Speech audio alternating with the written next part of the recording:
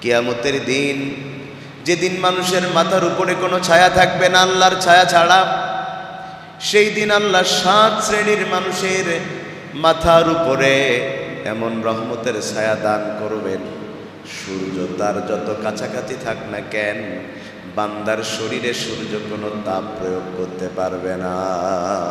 সুবহানাল্লাহ। কয় শ্রেণীর মানুষ? কথা মনে হয় বুঝতে পারছেন না আপনারা। কয় শ্রেণীর মানুষ? 7 শ্রেণীর মানুষ। ওই বিশাল তাপের মধ্যেও আল্লাহর আরশের ছায়ার নিচে থাকার কারণে কোনো তাপ তাদের লাগবে না। আল্লাহ যেন ওই 7 শ্রেণীর মধ্যে আমাদেরকে কবুল করে নেন। প্রথম নাম্বার আল্লাহর নবী বলেন, প্রথম নাম্বার ইমামুন আদিল। 1 নম্বর তারা যারা দুনিয়াতে ন্যায় বিচারক ছিল, ন্যায়পরায়ণ শাসক ছিল। 2 নাম্বার ওয়াশাবুন নাশা ফি ইবাদাতিল্লাহ, সেই যুবক যে তার যৌবনকালটা আল্লাহর ইবাদতের মধ্যে কাটিয়েছে। 3 নাম্বার ওয়ারাজুলুন কলবুহু মুআল্লাকুন বিল মাসাজিদ। 3 নাম্বার হলো তারা এমন ব্যক্তি যে মসজিদ থেকে বের হয়েছে, পরবর্তী সালাতে যাওয়ার জন্য তার মনটা সবসময় ব্যাকুল হয়ে থেকেছে, কখন মসজিদে প্রবেশ করব। তার মানে মসজিদ থেকে বের হলেও তার মনটা পড়ে থাকে মসজিদে। এরপরে ওয়ারাজুলান তাহাব্বা ফিল্লাহি ইস্তামা আলাইহি ওয়া তাফাররাকা আলাইহি। 4 নম্বরে হচ্ছে তারা যারা কাউকে ভালোবাসে আল্লাহর জন্যে, কারোর সাথে শত্রুতাও করে আল্লাহর জন্যে। 5 নম্বরে ওয়ারাজুলুন যাকারাল্লাহু খালিয়ান ফাফাদাত আইনাহু। 5 নম্বরে হচ্ছেন সেই ব্যক্তি, যেই ব্যক্তি একাকী আল্লাহকে স্মরণ করে, কোনো মানুষকে দেখানোর জন্য স্মরণ করে না, একাকী আল্লাহকে স্মরণ করে। আর সেই সময় তার হৃদয়ে এত বেশি আল্লাহর ভয় জাগ্রত হয়, তার চোখ দিয়ে আল্লাহর ভয়ে পানি পড়তে থাকে, অশ্রু পড়তে থাকে, দুনিয়ার কোনো মানুষকে দেখানোর জন্য না, একমাত্র আল্লাহর ভয়ে। 6 নম্বরে ওয়ারাজুলুন দাগাতহু ইমরাআতু যাতিন মুনাসিব ওয়া জামালিন ফাকালা ইন্নী আখাফুল্লাহ। 6 নম্বরে সেই ব্যক্তি যাকে কোনো সুন্দরী নারী ডাকে তার সাথে মিলিত হবার জন্যে, কিন্তু সুন্দরী নারী তার ডাক শোনার পরেও এই মানুষটা বলে আমি আল্লাহকে ভয় করি, সে আল্লাহর ভয়ে নিজের চরিত্রকে হেফাজত করবে। 7 নম্বরে ওয়ারাজুলুন তাসাদ্দাকা বিসাদাকাতিন ফাখফাহা হাত্তা লা তাগলামা শিমালুহু মা তুনফিকু বিয়ামিনুহু। 7 নম্বরে এমন দানশীল ব্যক্তি যে ডান হাত দিয়ে দান করে কিন্তু বাম হাত জানতে পারে না। তার মানে দুনিয়ার কোনো মানুষকে দেখানোর জন্য সে দান করে না, সে দান করে কার জন্যে? আমরা 7টা বললাম, এখন সেই 7টার ব্যাখ্যা করবো ইনশাআল্লাহ। তাইলে আমরা যে হাদিস বলছি, হাদিসটা বর্ণনা করেছেন কে? সবাই বলেন, কে বর্ণনা করেছেন? উনি সবচাইতে বেশি হাদিস বর্ণনা করেছেন, সেটার সংখ্যা 5374টি। তার জাহিলি যুগের নাম ছিল আব্দুল শামস, পরে নাম হয়েছে আব্দুর রহমান। এবং আবু হুরায়রা নাম হয়েছে, আল্লাহ রাসূল তাকে বিড়াল নিয়ে অনেক বেশি, বিড়ালের সাথে সম্পর্ক ভালো হওয়ার কারণে আল্লাহ রাসূল তাকে আবু হুরায়রা বলে ডেকেছিলেন। পরবর্তীতে উনি এই নামে পরিচিত হন।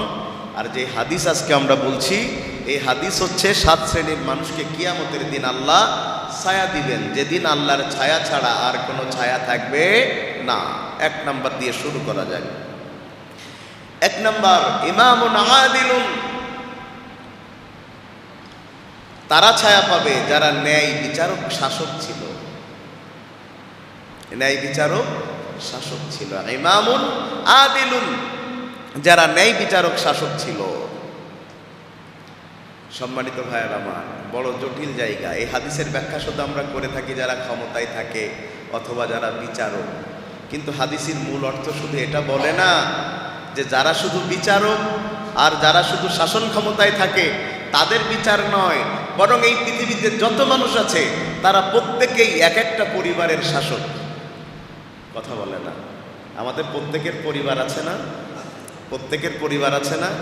ব্যবসা ক্ষেত্রে মানুষের অধীনস্থ লোকজন আছে না, চাকরির ক্ষেত্রে বস তার অধীনস্থ লোকজন আছে না, পৃথিবীতে যারাই ওপরে আছে এবং তাদের অধীনস্থ যারা আছে তারা হচ্ছে অধীনস্থদের শাসক। সেই সম্পর্কে আব্দুল্লাহ ইবনে ওমর হাদিস বর্ণনা করেছেন আল্লাহ রাসূল থেকে। তিনি বলেন, আন্না রাসূলুল্লাহি সাল্লাল্লাহু আলাইহি ওয়াসাল্লাম ক্বালা আলা কুল্লুকুম রাইন ওয়া কুল্লুকুম মাসউলিন আন রাইয়াতিহি। আব্দুল্লাহ ইবনে ওমর হযরত ওমরের সন্তান, সুবহানাল্লাহ, তিনি বর্ণনা করছেন আল্লাহ রাসূল বলেছেন, জেনে রাখো তোমরা প্রত্যেকেই দায়িত্বশীল, তোমরা প্রত্যেকেই শাসক, আর তোমাদের প্রত্যেকের কাছে তোমাদের অধীনস্থদের ব্যাপারে জিজ্ঞাসা করা হবে। কথা কি শুনতেছেন আপনারা? আমার মন দিয়ে শুনতেছেন? আমরা হাদিসের ব্যাখ্যা করি, যারা শুধু বিচার করে এদেরকে আল্লাহ ধরবে না। আপনি আপনার পরিবারের প্রধান, আপনার পরিবারে আপনার মা আছে, আপনার বাবা আছে, আপনার স্ত্রী আছে, আপনার সন্তান সন্ততি আছে, আপনার বাড়ির কাজের লোকজন আছে, ওই পরিবারটা চলে আপনার কথায়। তার মানে ওই পরিবারের শাসক হচ্ছেন আপনি। ওই পরিবারের অধীনস্থদের ব্যাপারে আপনি কি আচরণ করেছেন সেটা কিয়ামতের দিন আল্লাহ জিজ্ঞাসা করবেন। আপনি একটা অফিস চালান, সেই অফিসে আপনার অধীনস্থ 10 জন কর্মচারী আছে, মানের হোক আর মানে কম মানের হোক, ওদের সাথে আপনি কি আচরণ করেছেন কিয়ামতের দিন এই কয়জনের শাসক হিসাবে আল্লাহ আপনাকে জানতে চাইবেন। একটা কথা বলে দেয়া সুন্দর, একটা কথা বলে দিলাম, সে মানলো, ইচ্ছাই হোক অনিচ্ছাই হোক, এটা তার উপরে জুলুম হলো নাকি এহসান হলো এই বিষয়ের প্রতি খেয়াল রাখলাম না, কারণ আমি বস। আজকে কেউ জিজ্ঞাসা করার না থাকলেও এই বিষয়ে জিজ্ঞাসা করবেন স্বয়ং আল্লাহ। তার আগে বলে নেই, আপনাদের কি মনে হয় ন্যায় বিচার করা সুন্নত নাকি নফল? সবাই একটু বলেন, ন্যায় বিচার করা সুন্নত না নফল? কতটুকু ফরজ? নামাজ রোজা যেমন ফরজ, ন্যায় বিচার করা তেমন ফরজ। আমি আবারও বলছি, সালাত পড়া যেমন ফরজ, সিয়াম পালন করা যেমন ফরজ, ন্যায় বিচার করা তেমন ফরজ। সবচেয়ে বেশি মানুষ জাহান্নামে যাওয়ার কারণ হবে পুরুষদের মধ্যে, তারা মানুষের প্রতি ইনসাফ করতে পারবে না। তাই তবে ন্যায় বিচারের জন্য আল্লাহর হাবিব কাঠামো দিয়েছেন। আল্লাহর হাবিব বলেছেন, ন্যায় বিচার করতে হলে আমার হাকামা বিহি আদালা, অবশ্যই তোমাকে কোরআন দিয়ে বিচার করতে হবে, কারণ দুনিয়াতে একমাত্র কোরআনের বিচার ন্যায় বিচার। কোরআনের বাইরে যত বিচার দেখা যায়, কোনো বিচার ন্যায় বিচার হতে পারে না। অন্য জায়গাতে আল্লাহর হাবিব বলেছেন, কিয়ামতের আগে সবচেয়ে বেশি মানুষ জাহান্নামে যাওয়ার কারণ হবে খাইনাতুল আইন। আপনারা আসলে কি আওয়াজ বুঝতে পারতেছেন? আমারই ডিস্টার্ব হচ্ছে, আমি বুঝতেছি কিনা আমি জানতেছি না আর কি। বোঝা? আচ্ছা, বুঝলে হবে, একটু কষ্ট করে বুঝেন। আজকে হুজুর কি ঘুমাই গেল নাকি? আল্লাহর হাবিব বলছেন, কিয়ামতের আগে একটা জিনিসের খেয়ানত সবচেয়ে বেশি হবে, আর একটা খেয়ানতের কারণে সবচেয়ে বেশি মানুষ জাহান্নামী হবে। আর এই জিনিসটা যখন বেশি বেড়ে যাবে তখন বুঝবা কিয়ামত আসতে আর বাকি নাই। কয়টা বললাম? 3টা বললাম। সবচাইতে বেশি খেয়ানত হবে একটা জিনিসের। সবচাইতে বেশি খেয়ানত হবে কয়টা জিনিসের? একটা জিনিসের খেয়ানত হবে, এবং এই কারণে সবচাইতে বেশি মানুষ জাহান্নামে যাবে। আর 3 নাম্বার, এই জিনিসটা দেখলে তোমরা বুঝবা কিয়ামত আসতে আর বাকি নাই। কয়টা হলো? সেটার নাম হলো খাইনাতুল আইন, যেটা আমাদের দেশের বাংলা ভাষায় বলে চোখ মারা। কি মারা? কথা বলে না। কি মারা? কি মারা? চোখ কে কাকে মারে? মাশাআল্লাহ, উত্তর তো ভালো দিয়েছেন। ছেলে মেয়েরা চোখ মারামারি করে না, ইফটিজিং করে, গার্লফ্রেন্ড বয়ফ্রেন্ড ইত্যাদি। চোখ মারা তো আমরা এটা দিয়েই বুঝাই। খাইনাতুল আইন, যেটার আমি বাংলা বললাম চোখ মারা, এটার কথা হলো চোখের ইশারা দিয়ে আমানতের খেয়ানত করা। কথা বোঝাতে পারি নাই। চোখের ইশারা দিয়ে আমানতের খেয়ানত করা। চোখ কথা বলতে পারে, চোখ কথা বলতে পারে। আপনাদের বিশ্বাস হচ্ছে না? চোখ কথা বলতে পারে, বিশ্বাস হচ্ছে না? চোখ কথা বলতে পারে, চোখ কথা বলতে পারে। কেমনে সেটা? গ্রামের মধ্যে 2 জনের মধ্যে গ্যাঞ্জাম লেগেছেন, একজন নিরীহ মানুষ আর একটা হচ্ছে একটু পাতি নেতা, গায়ে একটু গরম। আমাদের সমাজে তো বাসের চাইতে কঞ্চির দাম বেশি, নেতার চাইতে চামচার দাম বেশি। তো পাতি নেতার গা সবসময় গরম থাকে, গ্যাঞ্জাম যেই লেগেছে, রাগ হয়েছে, বাড়ি ছিল গাছ কাটা দা হেসো বলি আমরা যেটা, সেটা এনে রাগের চোখে নিরীহ লোকটার একটা কোপ মেরে ফেলেছে। কোপ যখন মেরে ফেলেছে, এখন হাত তো কেটে গিয়েছে। বাজারের উপরে চায়ের দোকানে ঘটনা ঘটেছে, সবাই দেখেছে, সবাই বলতেছে অপরাধ তার যে কোপ মেরেছে। বিচার দেয়া হয়েছে মোড়লদের কাছে, বিচারের ডেট দেয়া হয়েছে, সব ঠিক। বিচারের আগের দিন রাতে এই লোকটা চলে গেছে মোড়লদের কাছে যে কোপ মেরেছে। খালি হাতে যায় নাই, পকেট ভর্তি এনাম নিয়ে চলে গেছে, টাকা পয়সা নিয়ে চলে গেছে। যে ডাকতেছে চাচা বাইরন, মোড়ল বলতেছে কোন ভাতিজা বলতেছো? তা আপনার অমুক ভাতিজা বলি। এই তোমার নিয়ে কালকে মামলা, তুমি আজকে এখানে হাজির হলে লোকজন আমারে কি বলবে? দোষ তো তুমি যা করেছো সে তো কম না, তোমার তো অনেক বড় শাস্তি হবে। পকেট থেকে বান্ডেলটা বের করে যখন চাচার কাছে দিয়েছে, চাচা বলছে তুমি আমার ভাতিজা, তোমার জন্য কিছু না করলে হয়? কথা বোধহয় আপনারা বুঝতেছেন না। আর একজনের কাছে চলে গেছে, এই চাচারে দায়িত্ব দিয়ে, চাচা বাকিদেরকে আপনি ম্যানেজ করে নেবেন। কথা শুনতেছেন? বাকিদের ম্যানেজ করে নেবেন। পরের দিন সকাল 10টায় বিচার। চাচা 1 লক্ষ টাকা পেয়ে মাথা তো কাজ করে না, সকালে উঠে আগে সমিতির টাকা শোধ করতে গেছে মোড়ল আর কি। টাকা পয়সা শোধ করে অন্য মোড়লদের সাথে কথা বলবে, সময় পায়নি, বিচারে বসে গেছে। বিচার শুরু হয়ে গেছে। বিচার শুরু হয়ে যাওয়ার পরে এখন দেখতেছে যে এই মোড়ল টাকা খাইছে, ও মোড়ল দেখতেছে বিচার তো হেরে যাই ভাব, হেরে গেলে তো টাকা ফেরত দেওয়া লাগবে। তখন অন্য মোড়লদেরকে তো এখন বোঝাতে হবে যে বিচারের রায় চেঞ্জ করতে হবে। সরাসরি বললে তো জনগণ মাইর দিবে। তখন এই বিচারক, এই মোড়ল ওই মোড়লের দিকে ইশারায় কথা বলে, সেটা হলো চোখের ইশারা। কিসের ইশারা? চোখের ইশারায় তখন বোঝাতে চায়। তখন ওরাও বুঝে কিছু একটা হয়েছে। এই যে কিয়ামতের আগে চোখের ইশারায় বিচারের রায় পাল্টে যাবে, জালিমকে মাজলুম বানানো হবে, মাজলুমকে জালেম বানানো হবে, অন্যায়কারীকে ন্যায়, ন্যায়কারীকে অন্যায়কারী বানানো হবে। আল্লাহর হাবিব বলছে এই যে কিয়ামতের আগে চোখের ইশারায় যখন বিচারের রায় পাল্টে দেয়া হবে, বুঝে নিবা কিয়ামত আসতে আর বাকি নাই। কিয়ামত আসতে আর বাকি নেই। আমরা বুঝে শুনে অন্যায় বিচার করি। ওই ওপরের কি আদালতে বিচার হচ্ছে সে কথা পরে বাদ দেন। আমি আমার ছোট্ট জীবনের একটা কথা বলি। আমার এই জিনিসটা এখনো পীড়া দেয়, আমি খুব কষ্ট পাই যে কিয়ামতের দিনে এক কারণে আমার জাহান্নামে যাওয়া লাগে কিনা, এত কষ্ট পাই। আমি টাঙ্গাইলের চরের মধ্যে একবার মাহফিল নিলাম 19 সালে। রাতের বেলায় কমিটির দায়িত্ব আমার এর পাশে বের করে দিবে, কারণ পরের দিন আমার মাহফিল হচ্ছে ভোলাতে। ভোলা তো আর এখানে না, পাড়ি দিতে হবে নদী। রাতের বেলা ওরা আমাকে ঠিকই নৌকায় তুলে দিয়েছে, কিন্তু এত বেশি কুয়াশা ছিল যে সারা রাত নৌকা ঘুরে ঘুরে সেখানেই ফেরত এসেছে যেখান থেকে আমরা রওনা করেছিলাম। শেষে কি করব, আমরা যেতে পারলাম না। সকাল হলে রওনা দিলাম। ওই দিন যে মাহফিল, সে মাহফিলটা ধরতে পারবো না কোনোভাবেই। একই মঞ্চে 3 দিন আলোচনা ছিল। ওদের সাথে কথা বললাম যে আমি আগামীকাল থেকে অ্যাটেন্ড করবো, আজকে অন্য কাউকে দিয়ে চালিয়ে নেন। বের হয়েছি, জ্যামে পড়েছি। ওই সময় ওই যে সিরাজগঞ্জ টাঙ্গাইল ওই রোড দিয়ে ভীষণ কাজ চলছিল, জ্যাম ছিল। আবার পড়লাম জ্যামে। কি এক বিশ্রী অবস্থা! যদি আমি সন্ধ্যা ওই রাত 8:30টার ওই লঞ্চ ধরতে না পারি, পরের দিন মাহফিল ধরা আমার হবে না। কারণ ওই সময় সকালে কোনো লঞ্চ চলতো না ভোলার উদ্দেশ্যে। ঢাকায় পৌঁছানোর পরে আমি যখন নামিয়ে দিয়েছে ওই যে কি জানি গাবতলিতে, ওখান থেকে একটা সিএনজি নিয়েছি। সিএনজির দায়িত্ব আমাকে পৌঁছিয়ে দিয়ে আসবে সদরঘাটে। সিএনজিও তাড়াহুড়ো করতেছে, আমার পৌঁছিয়ে দিবে, হাতে সময় কম। এখন সিএনজি তাড়াহুড়া করতে যে একটা প্রিমো গাড়ির পিছনে দিয়েছে মেরে,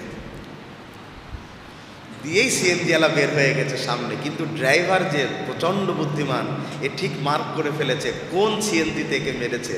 ওই সিএনজিতে তো আমি হুজুর সাহেব বসে আছি। এখন এও ঠিক সামনে চলে এসছে, এসে সিএনজির সামনে গাড়ি আড় করে দিয়েছে ওই ঢাকার ব্যস্ততম সড়কে। ড্রাইভার নেমে এসে বলছে তুই গাড়ি মারলি কেন? আমার মাহফিল ধরার এত তাড়া, আমার মাহফিল ধরতেই হবে, না ধরলে আজকে আমি খুবই অপমানিত হব। আহা, আমি আমার নিজের অন্যায়ের স্বীকারোক্তি দিচ্ছি। আমরা কতটা বিবেকহীন আর হয়ে গেছি, নিজেদের স্বার্থের জন্য করে ফেলি। তখন সিএনজিওয়ালা বলতেছে আমি মারি নাই, অন্য কেউ, আপনি ভুল মানুষকে মার্ক করেছেন। ওরা ভিতরে তাকিয়ে দেখতেছে আমি জুব্বা জাব্বা পরা হুজুর। তখন আমাকে বলছে হুজুর আপনি বলেন মেরেছেন কি মারেনি। যদি আপনি বলেন মারেনি তাহলে আমরা কিচ্ছু বলবো না। এখন আমি যদি বলি মেরেছে তাইলে তোরে আটকাবে, জরিমানা নেবে, আমি তো লঞ্চ পাবো না। কথা শুনতেছেন আমার ওই সময়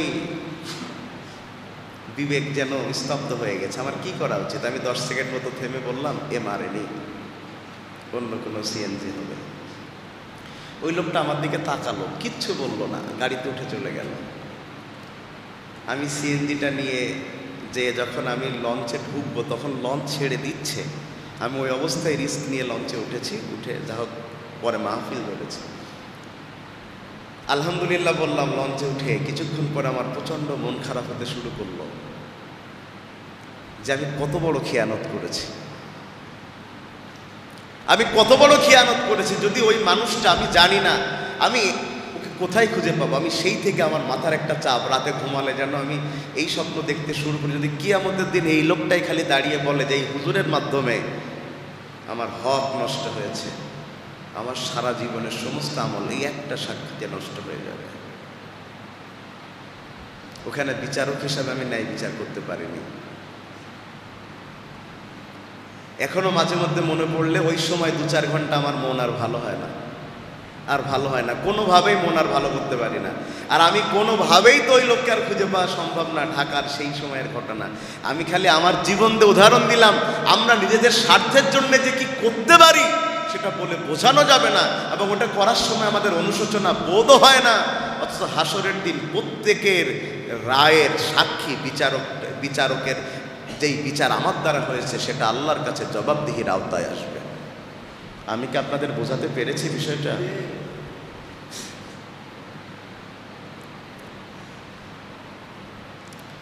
কোরআন দিয়ে বিচার হচ্ছে না সেটা তো পরের কথা। আমরা এতটা খারাপ বিচারের জায়গা থেকে এত খারাপ হয়ে গেছি, আমরা আমাদের বাপ মাকে দেখছি না, বাপ মার খোঁজ খবর নিচ্ছি না, কিন্তু অন্য ভাইয়ের জমি বা বোনের জমি মেরে নেয়ার জন্যে বাবাকে মূলত মন থেকে দেখি না, বাবাকে যা খাওয়াই পড়াই সম্পত্তি একটু বেশি নেয়ার জন্যে। আছে না? আবার যদি বাবা পক্ষে না থাকে, বাবাকে ধরে এমন মার দিচ্ছে, আপনারা ফেসবুকে দেখেছেন, খুব বেশি ভাইরাল হয়েছে একটা ভিডিও। এটা ভারতের শিক্ষিত পরিবার, এত বেশি মেরেছে বাবাকে, সেই বাবা সর্বশেষ মারা গিয়েছে। ওই সন্তান তো তার পরিবারের উপরে যে বিচারকের দায়িত্ব সে পেয়েছে সেটা তো সে সঠিক ব্যবহার করতে পারেনি। বিশ্বাস করেন, শাসক হিসাবে আদালতের লোক কি করছে, শাসক হিসাবে রাষ্ট্রপ্রধানরা কি করছে, এটা তো অনেক পরের কথা। আমরা আমাদের পরিবারের প্রধান হিসাবে ন্যায় নৈতিকতা ঠিক রাখতে পারিনি। অথচ হাসরের দিন আপনার এই বিচারও করা হবে, হাসরের দিন আপনার এই বিচারও করা হবে। অথচ ন্যায় বিচারের সাক্ষ্য নেন আবু শাহামা, হযরত ওমরের সন্তান। রাতের বেলা দুধের মধ্যে খেজুর ভিজিয়ে রেখেছেন, যেটাকে নাবিজ বলে, এটা খেলে শরীরে বড় শক্তি হয়।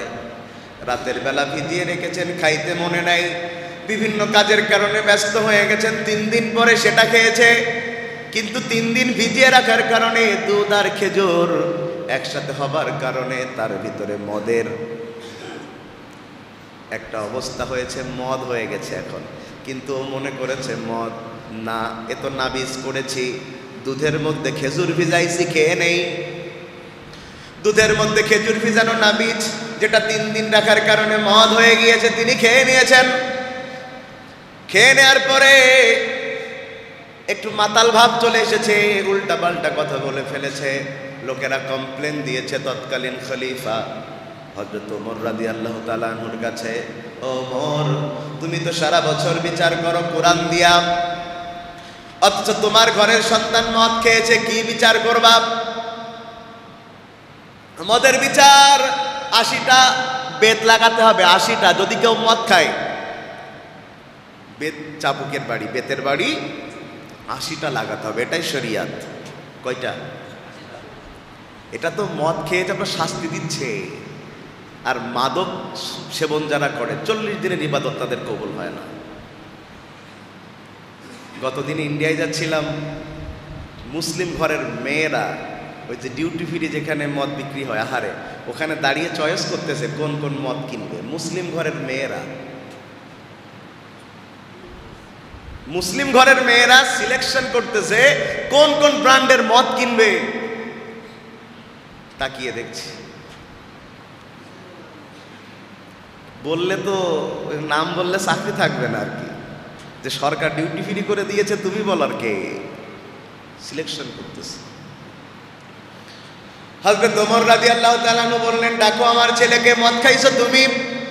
না বাবা, মদ পান করি নাই। মুখটা হা করো। গালের মধ্যে চাড়ি দিয়েছে, মুখটা হা করার পরে নাক নিয়েছেন হযরত ওমর, মদের গন্ধ বের হয়েছে। হযরত ওমর বলছেন, তুমি আমার সন্তান হয়ে কাজ করলে কেমনে? সবার জন্য যেই শাস্তি, তোমার জন্য সেই শাস্তির ব্যবস্থা।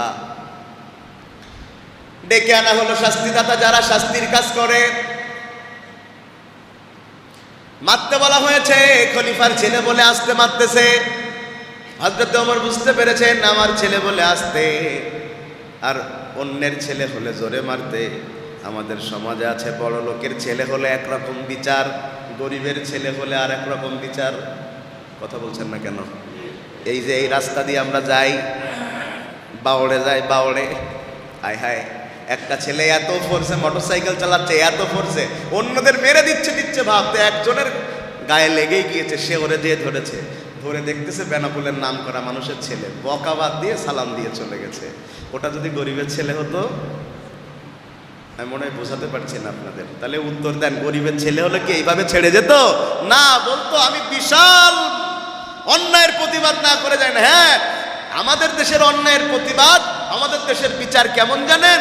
আমাদের দেশের বিচার ব্যবস্থা, আমাদের দেশের আইন ব্যবস্থা, আমাদের দেশের প্রশাসনিক ব্যবস্থা ধনী মানুষের জন্য হচ্ছে আকাশের মতো বিশাল, আর গরিবদের জন্য হচ্ছে মাকড়সার জালের চাইতে সংকীর্ণ।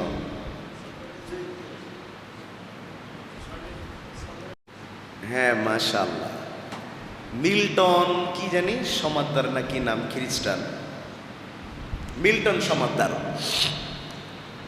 ওই যে কিডনি বিক্রি করছে, কি কি বিক্রি করছে না করছে, বিভিন্ন কথা আসতেছে নেটে। আমি জানিও না সে কি করেছে। আসলে বেচারাকে আমি আগে চিনতামই না, চিনেছি এতে। সত্য মিথ্যা আমি কিচ্ছু জানি না। মিল্টন সমাদদার বোধহয় অ্যারেস্ট হয়েছে। অথচ মিল্টন সমাদদারের আগে গত 15 দিন ধরে আর একজন হেভিওয়েট মানুষ, যিনি কিছুদিন আগে প্রশাসন থেকে রিটায়ার্ড হয়েছেন, তার সম্পর্কে ব্যারিস্টার সুমন বলেছেন উনি যদি সময় পেতেন আর কিছুদিন পরে পুরো গোপালগঞ্জ কিনে নিতেন। 1400 বিঘা জমির ওখানেই খালি কি করেছে বলে, ঘের করেছে। আবার যেন রাস্তায় যেতে কষ্ট না হয় তার রিসোর্টে, তাই এলজিইডি থেকে তার আবার রাস্তাও করে দিয়েছে। অথচ তিনি তার সরকারি জীবনে যেই পরিমাণ বেতন পেয়েছেন সব এক জায়গায় করলেও এর 1000 ভাগের 1 ভাগ সম্পদ করাও সম্ভব নয়। তো মিল্টনের আগে তো এই এতদিন ধরে এটা নিয়ে লেখালেখি হচ্ছে, এমনকি দুদকে যে লিগাল নোটিশ দিয়ে আসলেন ব্যারিস্টার সুমন সাহেব। সাংবাদিকরা যে এত ঘটেন না, কথা তো বলেন না, কি হইছে? বিড়ালের গলায় ঘন্টা বাঁধবে কে? আমি বোধহয় বোঝাতে পারিনি আপনাদেরকে। অন্যদের বেলা আমি প্রত্যেকটা দুর্নীতির বিচার হওয়ার পক্ষে, আমি প্রত্যেকটা অন্যায়ের বিচার হওয়ার পক্ষে, কিন্তু আমি তখন কষ্ট পাই যখন কলা চোরের ফাঁসি হয় কিন্তু সাগর চোরেরা একেবারে রাজকীয় জীবনযাপন করে, তখন কষ্ট পাই। আল্লাহ রাসূলের জামানায় কুরাইশ বংশের একটা মেয়ে এমন একটা অন্যায় করেছে, এমন একটা অন্যায় করেছে, চুরি চুরি। কি ভালো বংশের মেয়ে করে ফেলেছে, এখন তার হাত কাটার আদেশ দিয়েছেন আল্লাহর নবী। সাহাবায়ে কেরাম এসে বলছেন, ইয়া রাসূলুল্লাহ, ইয়া হাবিবাল্লাহ, যার হাত কাটার নির্দেশ দিয়েছেন বড় প্রভাবশালী, খুব দামি, বড় প্রভাবশালী, ওর যদি হাত কাটেন গোটা সমাজের মধ্যে বিশৃঙ্খলা ছড়িয়ে পড়বে, দলে দলে গোত্রে গোত্রে গ্যাঞ্জাম ছড়িয়ে পড়বে, আপনি দয়া করে তার হাত কাটার আদেশটা আপনি উদ্র করে নেন। আল্লাহর হাবিব বলছেন, সাহাবীরা শোনো, এ তো গেল কুরাইশ বংশের ফাতেমা, যদি আমার নিজের মেয়ে ফাতেমাও একই কাজ করত, আমি নিজের মেয়েরও হাত কাটার আদেশ দিতাম।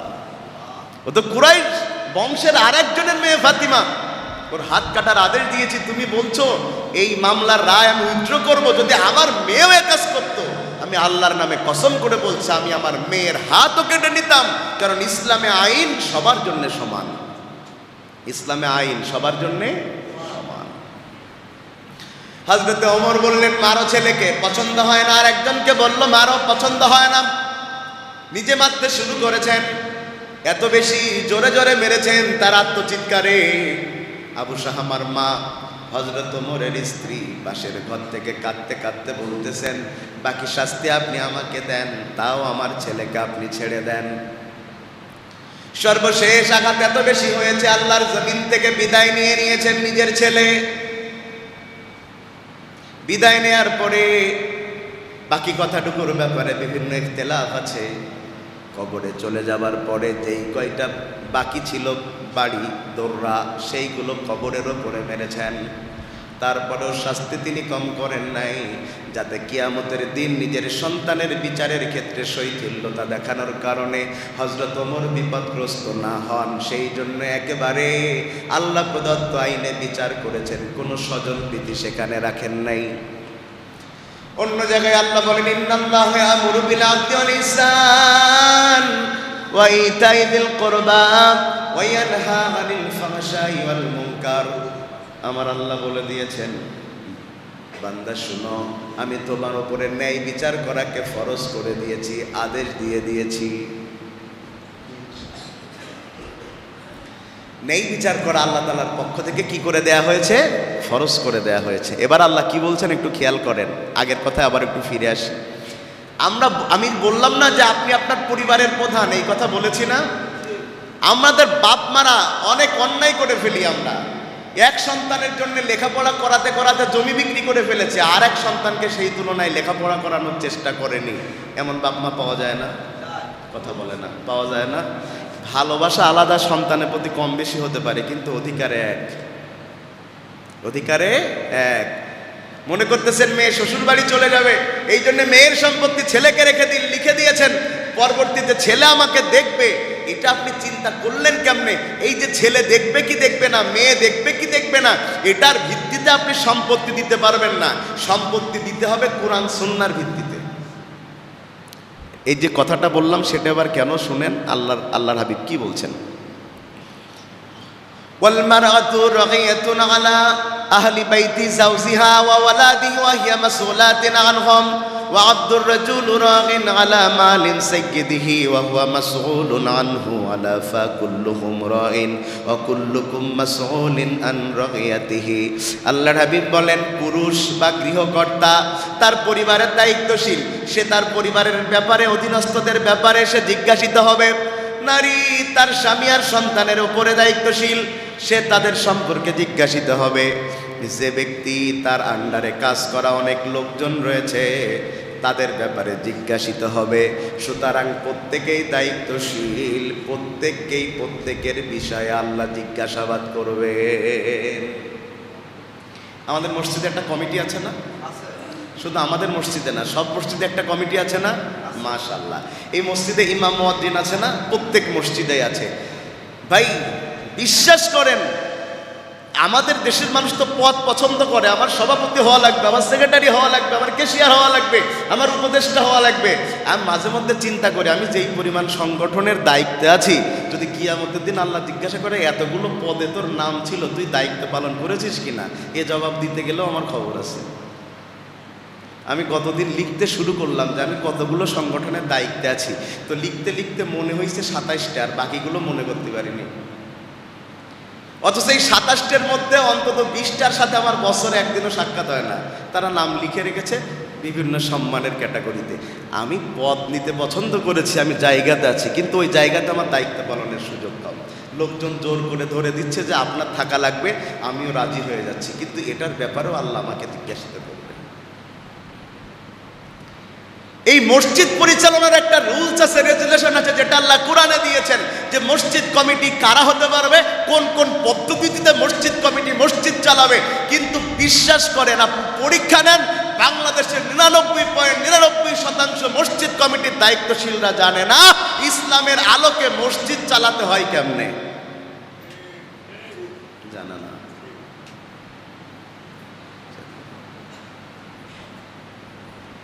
অথচ কিয়ামতের দিনে এই কমিটিতে যারা আছেন প্রত্যেককে আল্লাহ প্রশ্ন করবেন যে ইসলামের আলোকে চালিয়েছে কিনা। এই যে আমি খতিব বক্তব্য দিচ্ছি, এই মসজিদটা যেভাবে আমার নেতৃত্বে চালানোর দরকার ছিল আমি তার দায়িত্ব পালন করতে পেরেছি কিনা, নাকি মাস শেষে হাদিয়া নিয়েই খুশি থেকেছি, এটার জবাবদিহিও আল্লাহর কাছে আমাকে দেয়া লাগবে।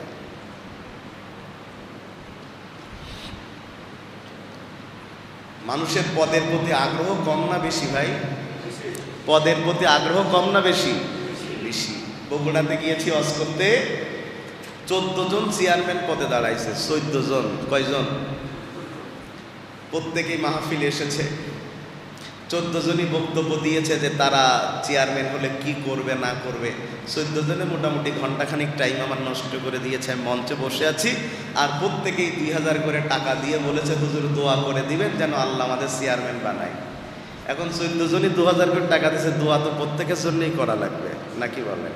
আমিও দোয়া করলাম, আল্লাহ এই 14 জনের একসাথে তুমি চেয়ারম্যান বানাই দাও। পাশ থেকে একজন বলছে হুজুর তা কি সম্ভব? 14 জন, 14 জনই তো 2000 করে টাকা দিছাও, তো আমার দায়িত্ব প্রত্যেকেরই চেয়ারম্যান বানানি। এখন ভোটে হওয়ার না হওয়া সেটা পরের ব্যাপার। আমি যেটা বোঝাতে চাচ্ছি, দেখেন একটা ইউনিয়নে চেয়ারম্যান হওয়ার জন্য 14 জনের ঠেলাঠেলি। মানুষের এত পদের প্রতি আগ্রহ, আমার এখানে কাউন্সিলর হতে হবে, আমার মেয়র হতে হবে, আমার চেয়ারম্যান হতে হবে, আমার মেম্বার হতে হবে। এই জন্য প্রতিদ্বন্দ্বী প্রার্থী আবার শক্ত হলে তাকে রাতের বেলায় হুমকি দিয়ে বসায় দেয় যে পদ আমার লাগবে। কথা বলছে না? পদের প্রতি এত আগ্রহ, কিন্তু মানুষ যদি জানতো এই পদের প্রতিটা পয়েন্টের হিসাব আল্লাহ নিবেন, আর একটা হিসাব না দিতে পারলে জাহান্নামে যাওয়া লাগবে, এত লাফালাফি তো করতো না।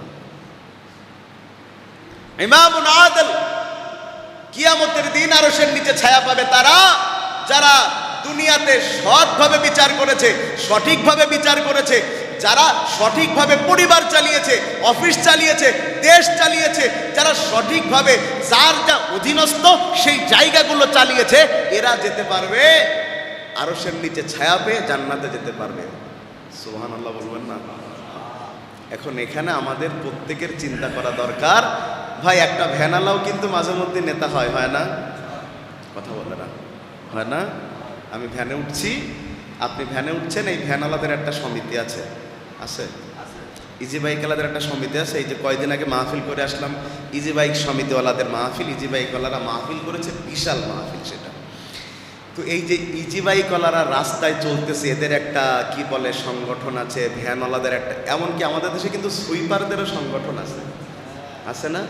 সবার আছে, খালি হুজুরদের নেই আর কি। এ দুনিয়ায় সবাই এক হয়, খালি হুজুররা হয় না। এটা সে অস্ত করেই ফেললাম না বললে। এটা দেখেন ভাই, এই যে প্রতিটা একেবারে নর্মাল জায়গা থেকে উপর জায়গা, এখন কিছু হলেই কমিটি। কথা বলছেন না? কিছু হলেই কি কমিটি, কিছু হলেই কি কমিটি। আর কমিটির সেই পদে যাওয়ার ব্যাপারে আমাদের খুব আগ্রহ, আল্লাহ আল্লাহ আল্লাহ আল্লাহ। কিন্তু আপনি অবাক হবেন, হযরত আবু বকরের দিকে তাকান, আমরা কমিটি হয়ে পদে যেতে চাই, আবু বকরের দিকে তাকান। যেদিন সবাই মিলে সিদ্ধান্ত নিল হযরত আবু বকর ইসলামের খলিফা হবে, তিনি কাঁদতে শুরু করলেন, কাঁদতে। একটু দায়িত্বশীলের অবস্থাটা বোঝেন, শেষ কথা। এত বেশি কাঁদতেছেন, ঘর থেকে তারে বের করা যায় না। সবাই মিলে বলছে, আবু বকর, আল্লাহ রাসূলের পরে মুসলিম জাহানে তোমার চাইতে উত্তম ব্যক্তি আর কেউ নাই, সবচাইতে উত্তম তুমি, কারণ তুমি রাসূলের ওই হিজরতের সাথী, কারণ তুমি মুসলমানদের পুরুষদের মধ্যে প্রথম মুসলমান, তুমি একমাত্র ব্যক্তি যে জাহিলি জীবনেও কখনো মদ পান করো নাই, তুমি একমাত্র ব্যক্তি যে জাহিলি জীবনেও কোনো নারীকে স্পর্শ করো নাই, পরনারীকে। তুমি একমাত্র ব্যক্তি আবু বকর যার সম্পর্কে রাসূল বলেছেন, হাসরে যদি কেউ জান্নাতে যাওয়ার জন্য আমার সঙ্গী হয়, সে আবু বকর হবে। এত মর্যাদা আপনার। সুতরাং আমরা সবাই মিলে সিদ্ধান্ত নিয়েছি, আপনি হবেন আমাদের দায়িত্বশীল, আপনি আমাদের ন্যায়পরায়ণ শাসক হবেন, বিচারক হবেন। ইসলাম কখনোই দায়িত্ব চেয়ে নেয় না, তবে দায়িত্ব যদি পেয়ে যায় সেই দায়িত্ব পালন করা তাদের জন্য ফরজ হয়ে যায়। ও আল্লাহর বান্দারা, ইসলামে দায়িত্ব পেলে আল্লাহর ভয়ে কাঁদতে থাকে, আর ইসলামের বাইরের মানুষরা দায়িত্ব নেওয়ার জন্যে মানুষ পর্যন্ত হত্যা করে দেয়। হযরত আবু বকর খেলাফতের দায়িত্ব নিয়ে এবার দাঁড়ালেন, জনগণের সামনে বক্তব্য দিবেন রাষ্ট্রের উদ্দেশ্যে। তখন তার এত টিভি চ্যানেল ছিল না যে ঘরে বসে বলে দিবে বাকিরা শুনে নিবে। সমস্ত জনগণকে সামনে ডাকলেন, ডেকে বললেন, আবু বকর, যাকে তোমাদের খলিফা নির্বাচিত করা হয়েছে, আমি আবু বকর বক্তব্য দিচ্ছি, যদি আমার কাজ, আমার কর্ম, আমার রাষ্ট্র পরিচালনার পদ্ধতি কোরআন আর সুন্নাহর ভিত্তিতে হয়, তাহলে তোমরা আমার আনুগত্য করবা। আর যদি তোমাদের মনে হয় কোরআন সুন্নাহর ভিত্তিতে হচ্ছে না, ঘাড়ে ধরে আমাকে সেই জায়গা থেকে নামায়া দিবা। যতক্ষণ আমি পক্ষে আছি, ইসলাম দিয়ে চালাচ্ছি, ততক্ষণ আমাকে আপনারা খলিফা রাখবেন। আমার কাছ থেকে ইসলামের কোনো বিষয়ে যদি হক নষ্ট করে ফেলি, আমার প্রতি আপনাদের আর কোনো দায়িত্ব থাকবে না খলিফা রাখার। খলিফা এবার ওমরের দিকে তাকান। তার আমলে কাপড় বন্টন হয়েছে, কাপড়, সরকারি কাপড় সবাই পেয়েছে, হযরত ওমরও পেয়েছেন। পরের জুমায় হযরত ওমর সালাত পড়াতে এসেছেন। যেই কাপড় তিনি পেয়েছেন, ওই কাপড়গুলো এত ছোট, একটা জুব্বা হবে না, পাঞ্জাবির মতো হতে পারে, কিন্তু তিনি যেটা পরে এসেছেন ওই কাপড় দিয়ে সেটা জুব্বার মতো বড়। তিনি খুতবা দিতে উঠবেন, একজন মুসল্লি দাঁড়িয়ে বললেন, ওমর খুতবা দিবা পরে। ইসলামের দ্বিতীয় খলিফা খুতবা দিতে উঠছে, মুসল্লি দাঁড়িয়ে বলছে খুতবা পরে দাও। হযরত ওমর বলে, কেন? বলে, গতকাল যেই কাপড় বন্টন হয়েছে গত সপ্তাহে, এই কাপড় বন্টন সবাই আমরা এক টুকরা করে কাপড় পেয়েছি, ঠিক করে আমাদের পাঞ্জাবি হয় না।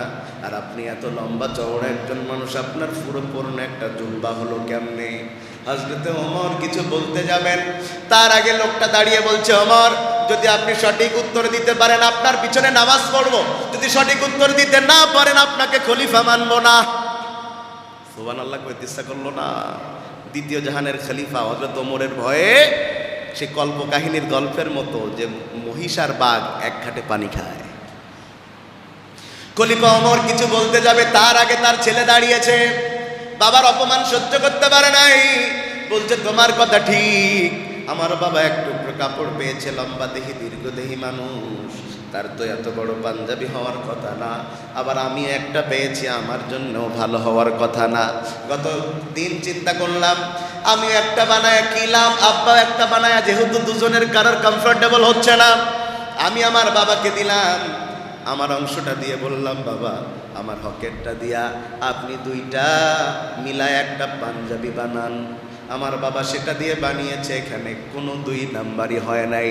খলিফা ওমর এবার সালাতের জন্য দাঁড়াচ্ছেন, আর জোরে জোরে বলছেন, আজ আমার মন শান্ত হয়েছে, আজ আমার মন তৃপ্ত হয়েছে, আজকে আমি বড় প্রশান্তি নিয়ে সালাত আদায় করতে পারবো, কারণ আমার রাজ্যে এমন মানুষ আছে যারা খলিফার অন্যায় দেখলে চুপ করে থাকে না।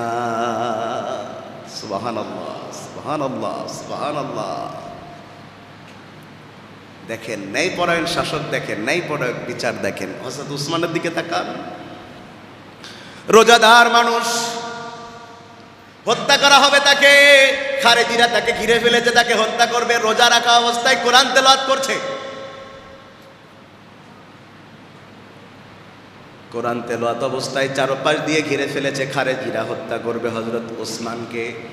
হযরত ওসমান যদি চাইতেন তাহলে তার সেনাবাহিনী দিয়ে এই লোকগুলাকে হত্যা করতে পারতেন। অনেক লোকজন তার ওখানে ঢুকেছেন, আব্দুল্লাহ ইবনে ওমর থেকে শুরু করে অনেকে ঢুকেছেন। আপনি বলেন কি করণীয়? এদেরকে হত্যা করে ফেলি? হযরত ওসমান বলছেন এদেরকে হত্যা করতে বললে হত্যা করা সম্ভব, কিন্তু যেই ভাঙনের সৃষ্টি হয়েছে মুসলমানদের মধ্যে, খারেজেরা ঢুকিয়েছে, এটা আরো বেশি বেড়ে যেতে পারে। এদেরকে হত্যা করো না। যদি আমার জীবনের বিনিময়ে মুসলমানদের একতা সমাজের মধ্যে তৈরি হয়, আমি ওসমানের জীবন দেওয়াটা সার্থক হয়ে যাবে।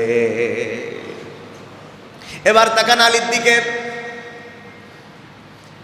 হযরত আলী যুদ্ধ করে যেই ঢাল দিয়া, ঢাল ওই ঢাল চুরি করে নিয়েছে বিধর্মী বেদুইন। সেই ঢালের খোঁজ পাওয়া গিয়েছে। হযরতে আলী বিচার দিয়েছে বিচারকের কাছে যে আমার ঢাল চুরি করেছে, এটা আমার ঢাল। বিচারক বলতেছে তাইলে আপনাকেও আসা লাগবে আদালতে। সুবহানাল্লাহ, খলিফা আদালতে হাজির হয়েছে। বেদুইন বলতেছে এই ঢাল আমার। হযরত আলী বলেন না, এই ঢাল আমার। আমরা সাধারণ হলে কি বলতাম? আলীর মতো মানুষ কি মিথ্যা বলবে? সাক্ষীর কি দরকার? কিন্তু বিচারক কি বললেন? বিচারক বললেন এই ঢাল যে আপনার, আপনার পক্ষে কোনো সাক্ষী আছে? হ্যাঁ আছে, আমার ছেলে। বিচারক বলছে খলিফা রাগ করবেন না, বাবার পক্ষে তো ছেলে থাকবে, এটা তো সাক্ষী হতে পারে না। সুবহানাল্লাহ, কইতে ইচ্ছা করে না? বাবার পক্ষে তো ছেলে থাকবেই, এটা সাক্ষী হিসেবে পরিগণিত হতে পারে না। আমি আপনার পক্ষে রায় দিতে পারছি না। রায়ের কথা শুনে বেদুইন অবাক হয়ে বলছে ইসলাম এমন যে খলিফা একটা কথা বলছে, তার চাইতে আমি অন্য ধর্মের, আমার কথার বিচার হচ্ছে আদল ন্যায়পরায়ণতার সাথে। একটা ধর্ম এত ভালো হতে পারে? আমি স্বীকার করছি এটা হযরত আলীর ঢাল, আমার বড় পছন্দ। কারণ এই ঢাল দিয়ে আলী যুদ্ধ করেছেন, কোনোদিন আল্লাহ তাকে পরাজিত করেন নাই। ন্যায়পরায়ণতা কাকে বলে? ছায়া কাকে বলে? ছায়া কাকে বলে? আর আপনি টিচার হয়েছেন, স্কুলের নাম ভালো করার জন্যে নকল সাপ্লাই করছেন। কিয়ামতের দিন এটারও আল্লাহ জবাব নেবে। আল্লাহ আমাদেরকে ন্যায় বিচারক হওয়ার তৌফিক দান করুন। আল্লাহ আমাদেরকে ন্যায় বিচার করার তৌফিক দান করুন। কারোর প্রতি ভালোবাসা থেকে যেন আল্লাহ আমাদের জুলুম না করায়। সম্মানিত ভাইয়েরা, আজকে আমরা একটা পয়েন্টের উপরে কথা বললাম, যেটা কারীম আল্লাহ আরশের ছায়ার নিচে ছায়া দিবেন হাসরের দিন। 7 শ্রেণীর মানুষ, তার মধ্যে প্রথম হলো ইমামুন আদিল, যারা ন্যায়পরায়ণ শাসক, বিচারক, অভিভাবক। আল্লাহ আমাদের সকলকে সঠিক হওয়ার তৌফিক দান করুন। আগামী জুমাতে আল্লাহ তৌফিক দান করলে আমরা বাকি পয়েন্টগুলোর উপরে কথা বলব।